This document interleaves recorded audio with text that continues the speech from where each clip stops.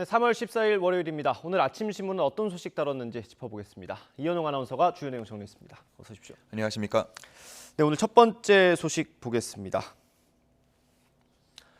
조선일보 일면 톱에 걸린 기사네요. 윤석열 정부의 새 총리가 관심인데 김부겸 현재 총리가 유임되는 게 검토되고 있나 봐요? 그렇습니다. 일면 신문 제목 기사만 보더라도 내용을 다 말해주는 것 같습니다. 이 새 정부 총리의 김부겸 유임 검토라는 제목이 눈에 띄죠. 국무총리 임명은 장관과 달리 국회의 동의가 꼭 필요한데 유임을 하게 되면 그 절차가 필요 없어지게 된다는 내용 담겨 있습니다. 네. 그렇기 때문에 윤석열 당선인은 여야 갈등을 피하고 협치 의미를 살리기 위해서 여러 방안 중에 하나로 김부겸 총리의 유임을 검토하고 있다라는 내용인데요. 네. 조금 더 구체적으로 연말까지 재직하는 방안이 거론된다 이런 내용도 실려 있었습니다. 예.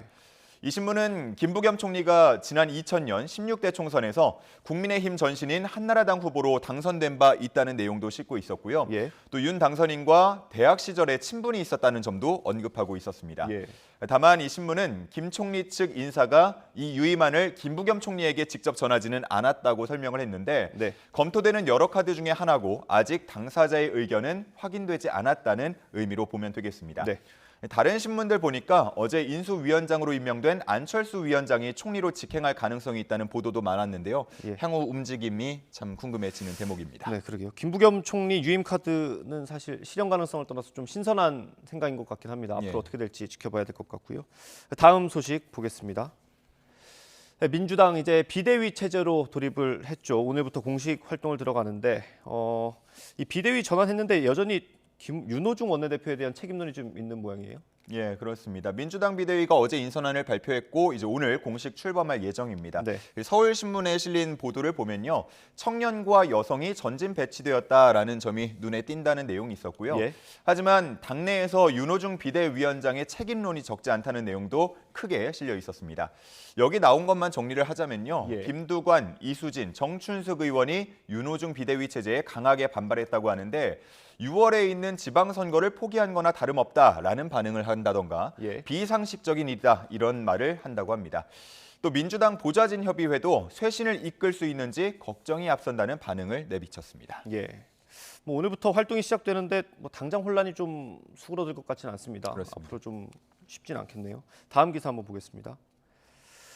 다음 만평인 것 같은데 네 사람이 나와 있네요. 누군지는 다 알 것 같은데 이걸 어떻게 해석하면 좋겠습니까? 예, 한겨레 신문에 실린 만평인데 함께 보면서 한번 해석을 해보시죠. 예. 20대 대선 손익 계산서라는 제목이 있죠. 왼쪽으로 갈수록 수익권이고요. 예. 오른쪽으로 갈수록 손해로 되어 있습니다. 네. 가장 왼쪽은 윤석열 당선인의 모습과 함께 이겼다라고 되어 있고요. 예. 그 다음은 대통령직 인수위원장에 임명된 안철수 대표 그림과 함께 이겼지만 내가 이기진 않았다라고 예. 쓰여 있습니다. 그리고 세 번째 위치에는 이재명 전 대선 후보 모습인데 예. 졌지만 잘 싸웠다. 당내에서 최근에 나오고 있는 평가를 적었고요. 네. 이런 평가가 나오고 있기 때문에 앞으로 비대위원장이나 서울시장, 당대표 등 여러 역할을 맡을 가능성이 있다는 이야기가 나오고 있는 상황입니다. 그리고 맨 오른쪽, 이제 가장 눈에 띈다고 볼 수 있겠는데 이준석 대표로 보이는 모습입니다. 당선인을 만든 당대표이긴 하지만 그동안의 선거 전략에 대한 비판이 잇따르고 있다는 점을 의미하는 위치로 볼 수 있겠습니다. 예. 이 그림을 보면 이준석 대표가 스마트폰 화면을 보고 있는 모습인데 무언가 반응을 좀 살피는 것 같은데 예. 과연 어느 사이트, 어느 게시판을 보고 있을지 궁금해집니다. 예. 위중증 환자가 정부 통계보다 많다. 이게 현장과 괴리가 좀 있다 이런 주장입니까? 맞습니다. 최근에 코로나19 위중증 환자 엿새째 1,000명 이상 네 자릿수로 집계가 되고 있습니다. 네. 그런데 이런 통계에 잡히지 않는 경우가 있기 때문에 실제로는 이보다 더 많은 위중증 환자가 존재한다는 기사인데요. 예. 경향신문에 실린 내용입니다. 현재 집계가 되고 있는 위중증 환자는 중환자실 병상에 격리된 환자만 계산을 하게 되는데 네. 코로나19에 감염된 중환자, 처음에 중환자실로 오게 되면 10일에서 20일 정도 관리한 후에 감염력 검사를 하게 됩니다. 예. 그래서 여기서 감염력이 떨어졌다고 판단이 되면 일반 병상으로 옮길 수가 있는데요. 이럴 경우에 중환자임에도 위중증 환자 수에는 포함이 되지 않게 된다는 내용입니다. 네. 이와 관련해서 현재 집계는 의료 현장의 어려움을 제대로 반영하지 못한다라는 지적이 나온다고 했고요. 예. 일반 병상에서 관리하는 중환자 수가 많아지게 되면 전체적인 의료 질이 저하되거나 의료진의 부담이 커질 수 있다는 전문가 의견도 담고 있었습니다. 네, 코로나19 상황 짚어봤고요. 다음 산불 상황 좀 보겠습니다. 네, 산불이 주말 사이에 이제 비가 내리면서 진화가 좀 주불은 다 꺼졌죠. 이제 잔불 정리를 하고 있는데 피해 규모가 좀 상당한 것 같아요. 그렇습니다. 아마 지난 주말에 내렸던 비를 기다리고 또 보면서 반가워한 분들 많으실 것 같은데 네. 비가 내리고 또 진화대에 투혼까지 더해지면서 말씀하신 대로 주불은 다 잡은 상황입니다. 예. 하지만 한국일보 기사 제목에서 보듯이 역대 최장 기간 그리고 최대 규모의 피해를 남겼다라고 쓰여 있습니다. 네. 213시간 43분이라는 역대 최장 산불 지속 기간이었고요. 지난 2000년 강원 동해안 산불보다 거의 하루 정도가 더 지속이 된 모습입니다.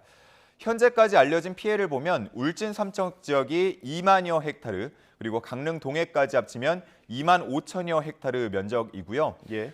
수백 채의 주택을 포함해서 축사라던가 공장의 피해도 상당한 모습이었습니다. 예. 국내 최대 송이버섯 산지를 비롯해서 양봉장 등 피해가 정말로 상당하다고 할 수 있겠는데 이 정확한 피해를 집계하는 데에도 앞으로 상당한 시간이 걸릴 것으로 보인다고 합니다. 예. 남은 과제는 복구라고 할 수 있겠는데요. 여러 도움의 손길이 이어지는 만큼 하루빨리 복구가 됐으면 좋겠습니다. 네, 무엇보다 이재민 분들이 걱정입니다. 이게 주택이 불에 타도 몇백만 원밖에 못 받는 것 같다라는 그 기사를 제가 본 적이 있는데 그런 것도 좀 많이 보완이 돼야 될 것 같고요. 네. 다음 기사 보겠습니다. 스포츠 관련 소식인데 이게 패럴림픽 관련 기사인 거죠? 맞습니다. 조선일보 일면에 실린 기사고요. 사진을 보시면 아시겠지만 우크라이나 선수들이 국기를 펼치고 환호하는 모습 볼 수 있습니다. 네. 우크라이나가 이번 베이징 패럴림픽에서 금메달 11개, 은메달 10개, 동메달 8개로 종합 2위에 올랐다라는 소식인데요. 네. 우크라이나 하면 원래도 패럴림픽 강국이긴 하지만 이전 대회들 기록을 보면 5위 안팎의 종합 순위를 기록했었는데 예. 이번에는 2위까지 올라선 것입니다. 그야말로 투혼이라고 부를 수 있겠는데 시상대에 오르는 선수들 하나같이 전쟁 중단을 촉구했고 평화를 외쳤습니다. 예. 우리나라 선수단장도 우크라이나 선수단을 방문했다고 하는데 식품과 방역 물품 그리고 보온 물품 등을 전하면서 교류에 나섰다고 하고요.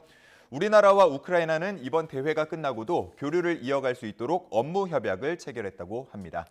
우리나라의 경우는 이번 대회에서 아쉽게 메달을 전혀 따지 못했는데 네. 이런 교류들이 활성화돼서 도움을 주고받으면 앞으로 더 좋은 성적 거둘 수 있으리라 기대할 수 있겠습니다. 네, 그렇군요. 우크라이나 선수들의 바람처럼 하루빨리 평화가 좀 찾아왔으면 좋겠습니다.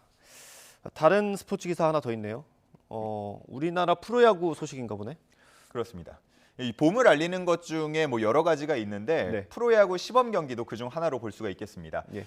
팀 간 연습 경기를 이제 마쳤고요. 지난 주말부터 시범 경기가 시작됐는데 한겨레 신문이 4가지 측면에서 관전 포인트를 제시했습니다.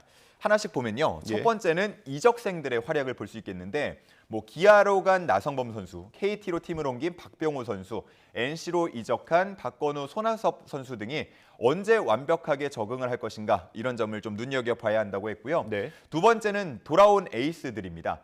국가대표에서는 든든한 원투펀치이자 또 프로야구에서는 선의의 라이벌이라고 할 수 있는 양현종, 김광현 선수가 모두 국내로 복귀했는데요. 양현종 선수는 시범 경기 개막전에 나섰습니다. 네. 3이닝 동안 퍼펙트, 완벽한 투구를 보여줬고요. 김광현 선수는 아직 몸을 만들고 있는 상황이라고 합니다. 네. 자, 그리고 세 번째는 뉴페이스의 검증인데 아마 이번 시즌 가장 많은 관심을 모으는 선수 중에 한 명, 바로 류현진 선수의 전 동료 푸이그 선수일 것 같습니다. 예. 언제쯤 리그 적응을 마치고 메이저리그에서 보여주던 그 괴력을 뽐낼지 기대가 되는 상황입니다.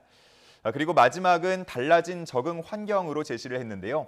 이번 시즌 스트라이크 존이 확대돼서 이를 두고 타자들의 적응이 어렵다는 이야기 현재 나오고 있는데 네. 이번 시즌 성적을 가를 중요한 변화로 꼽히고 있고요. 또 롯데 사직 야구장의 담장 높이가 높아진 점도 주목할 만한 점이라고 꼽았습니다.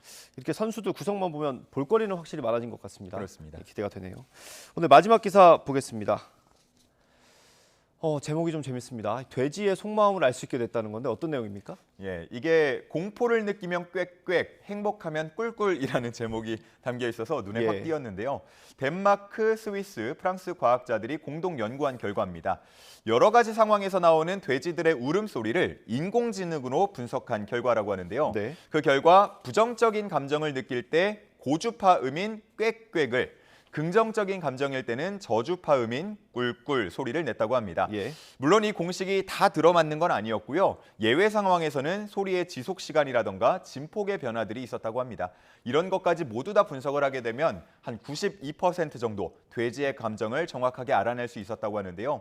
연구진들은 이런 기술이 추후 동물 복지 수준을 끌어올리는 데 사용될 거라고 기대했다고 합니다. 예. 그래도 사람이 이 소리를 분간하지는 못하는 모양이네요. 뭐 직접적으로 듣고 분석을 할 수는 없겠지만 인공지능 통하면 가능하다고 예. 하니까요. 어떻게 더 발전할지는 두고 봐야겠죠. 그렇군요. 오늘 말씀 여기까지 듣겠습니다. 고생하셨습니다. 감사합니다.